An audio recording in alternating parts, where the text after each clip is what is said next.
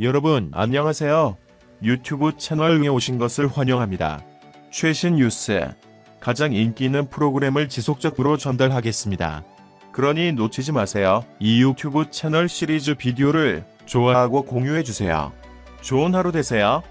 KBS ETV 드라마 달이 뜨는 강, 제작사가 학교 폭력으로 하차한 배우 지수 소속사의 30억 원의 손해배상 청구 소송을 제기한 것과 관련 소속사 키이스트는 협상에 성실히 임했다며 유감을 표했다. 키이스트는 2일 입장문을 내고 갑작스러운 배우 교체로 인한 제작사 및 여러 제작진이 겪는 어려운 상황에 깊이 공감하며 지수 배우 불량 대체를 위한 추가 촬영분에 소요된 합리적인 비용에 하나여 책임질 의향이 있음을 분명히 밝혔다며 이같이 말했다. 소속사에 따르면 달이 뜨는 강, 제작사 빅토리 콘텐츠는 지난달 29일 추가 제작비 추정 금액을 전달했고, 키이스트는 이틀 후인 31일에 구체적인 근거가 부족하다는 내용의 공문을 보냈다.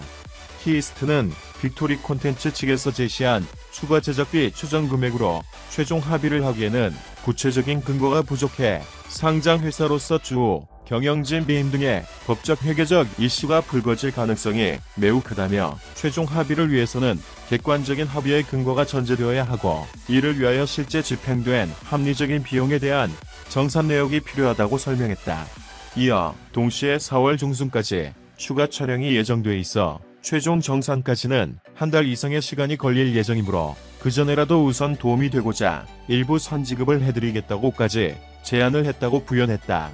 그러면서 당사는 그간 KBS 방송사와 드라마 제작사 협회 측의 객관적인 중재도 요청해가며 합의에 도달할 수 있게 하기 위해 성실히 노력해왔다며 빅토리 콘텐츠 측이 주장하는 대로 당사의 비협조적 대응으로 합의가 무산되었다는 것은 사실과 매우 다르다고 해명했다.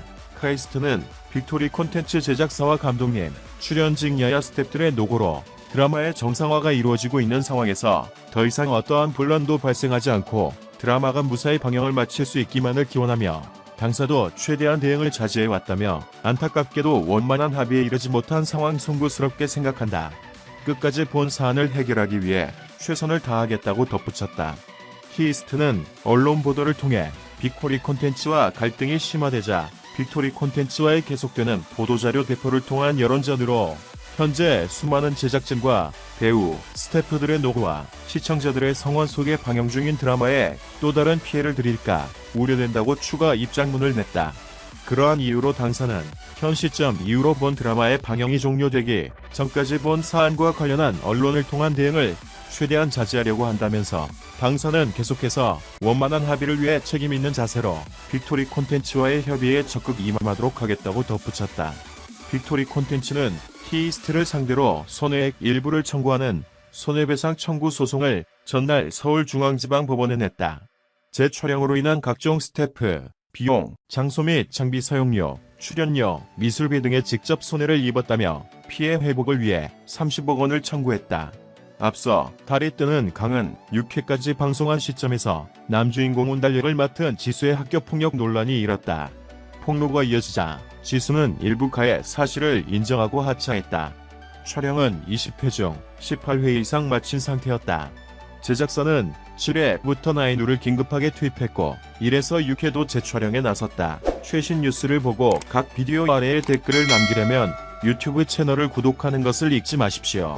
우리 기자가 받은 다른 중요한 소식에 이어 JTBC 드라마 설강화의 촬영 중지를 요청하는 청와대 국민청원 동의수가 20만 돌파를 눈앞에 두고 있다.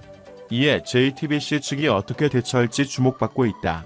지난달 26일 청와대 국민청원 게시판에는 JTBC 드라마 설강화의 촬영을 중지시켜야 합니다라는 제목의 국민청원이 게재됐다. 해당 청원 게시자는 조선금화사와 같은 이기적인 수준을 넘어선 작품이 두 번째로 나오기 직전이다. 설강화는 간첩을 주인공을 정한 것수에도 정부의 이름 아래 인간을 고문하고 죽이는 걸 서슴지 않은 안기부의 미화를 시도하고 있다고 비판했다.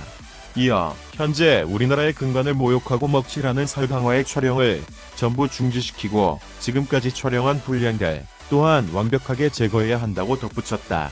청원이 올라온 지 약 일주일 만인 2일 오후 5시 50분을 기준으로 해당 청원은 16만 6,334명 이상의 동의를 얻었다.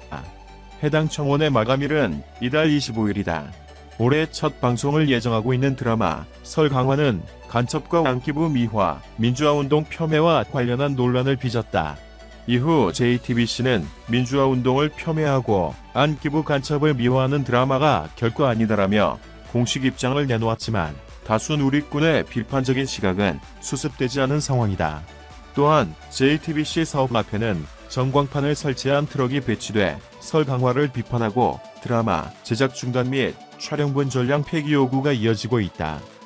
함소원은 2020년 3월 31일 방송된 TV조선 세상 어디에도 없는 아내의 맛 이하 아내의 맛에서 새 집을 구하는 과정을 공개하며 여러 매물 중 한 빌라를 선택했다. 하지만 이 빌라는 이미 해당 방송 녹화 전인 2017년 3월부터 함소원이 소유하고 있던 것으로 확인됐다. 스포티비 뉴스가 입수한 이 빌라의 등기부 등본에 따르면 함소원은 2017년 3월 5일 빌라 물건을 매입했다. 함수연이라는 함소원의 본명과 매매 시점이 확인된다. 그러나 2020년 3월 방송분에서 함소원은 중국 시어머니가 집을 장만해 주기로 했다며 부동산 공인중개사를 통해 집을 알아보러 다녔다.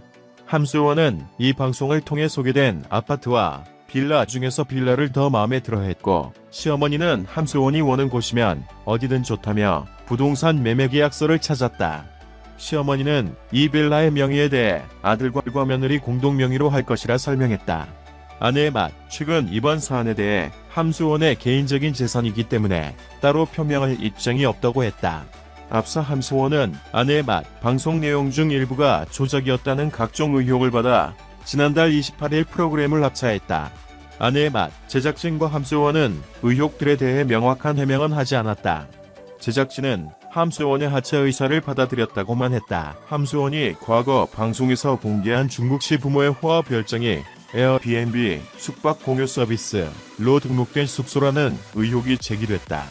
실제 에어비앤비 인터넷 홈페이지에 공개된 해당 숙소 홍보 이미지는 함소원이 아내의 맛을 통해 공개한 것이 소파 배치, 침대, 홈시어터 등이 대부분 일치한다. 이 같은 논란이 알려진 후 아내의 맛 최근 2019년 10월 8일 방송된 67회 VOD 속 함소원 시부모의 하얼빈 별장을 소개하는 장면을 삭제했다가 복원하기도 했다. 함소원 부부의 중국 신혼집이 단기되었다는 의혹도 받고 있다. 아울러 시어머니가 중국에 있는 막내 동생과 함소원 부부의 결별설로 통화하는 장면에서 막내 동생 목소리가 함소원이라는 주장도 제기됐다. 아내의 맛과 함소원은 여러 논란에 대해 해명과 입장을 요구받았지만 침묵으로 일관하고 있다. 함소원은 해명 없이 아내의 맛을 합차했고 SNS 활동을 이어가고 있다.